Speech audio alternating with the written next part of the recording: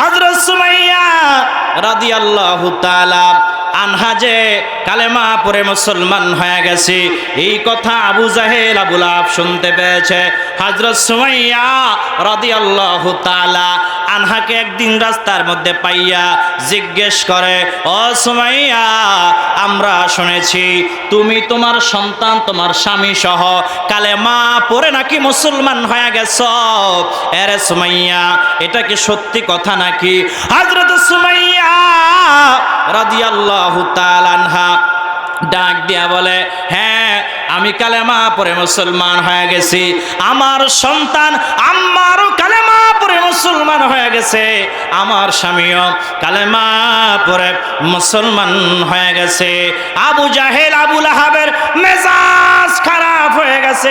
ডাক দিয়া বলে, ও সুমাইয়া, যদি কালেমা ত্যাগ যদি না করো, ঈমান যদি ত্যাগ না করো, এরে সুমাইয়া, তোমাকে দুনিয়া থেকে বিদায় করে দিব। হযরত সুমাইয়া রাদিয়াল্লাহু তাআলা আনহা ডাক দিয়া বলে, রে আবু জাহাল, তোমার যা মন চায় তাই করতে পারো, আমি সুমাইয়া কালেমা ঈমান ছাড়ব না। জোরে কোন আল্লাহু আকবার। ও নবীর আশিকের দল, হযরত সুমাইয়া রাদিয়াল্লাহু তাআলা আনহাকে আনহার সামনে তার সন্তান হযরত আম্মার রাদিয়াল্লাহু তাআলা আনহুকে বেঁধে ফেলা হলো, অত্যাচার শুরু করলো।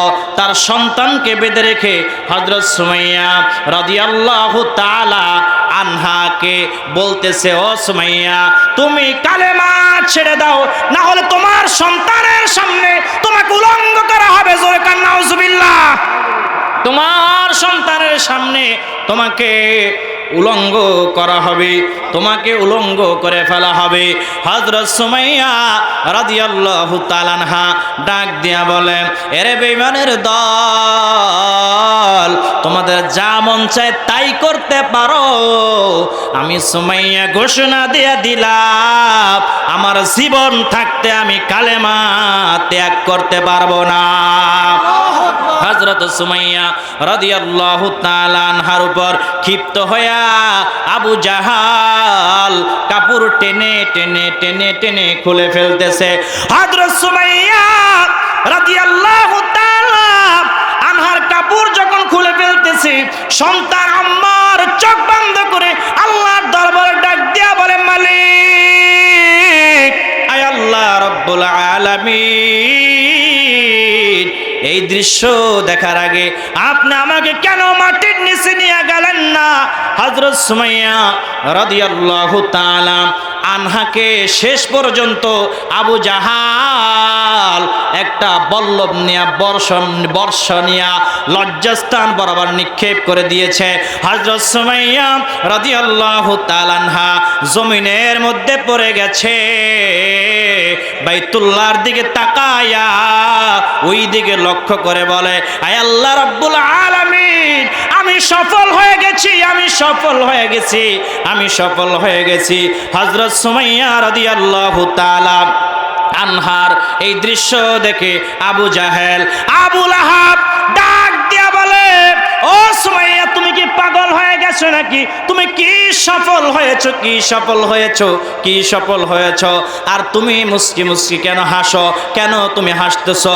তুমি কি পাগল পারা হয়ে গেল নাকি?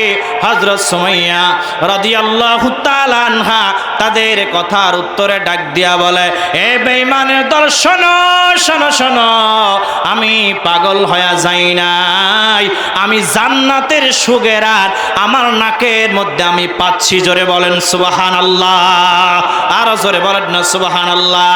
শেষ পর্যন্ত হযরত সুমাইয়া রাদিয়াল্লাহু তাআলা আনহা ইসলামের জন্য, কোরআনের জন্য জীবন কুরবান করে দিয়েছিল। তারপরে আবু জাহেল আবু লাহাবের কাছে, বেঈমানদের কাছে মাথা নত করে না। ঠিক না ঠিক? আমরা মুসলমান যারা, ইমানদার যারা, যতই বিপদ আসুক না কেন, যতই আপদ আসুক না কেন, আমরা কামানের মুখোমুখি দাঁড়িয়ে, ফাঁসির মঞ্চে দাঁড়িয়ে আল্লাহু আকবার স্লোগান দিব। কোন নাস্তিক মোরতাদদের কাছে আমরা মাথা নত করব না।